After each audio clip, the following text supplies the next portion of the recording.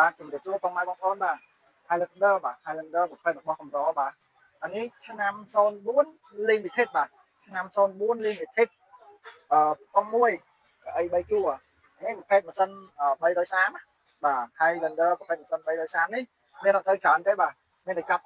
ពី04 limited 6ម៉ាស៊ីនឡើងហ្នឹងបានមានម៉ាស៊ីន330បាទចំពោះកៅអីគឺកៅអី3ជួរបងប្អូនណាមានសមាជិកច្រើនហើយសមាជិកគ្រួសារច្រើនហើយគឺយកទៅប្រើបាត់ជាមិនខុសបំណងទេបាទដោយសារយើងអាចទលាយ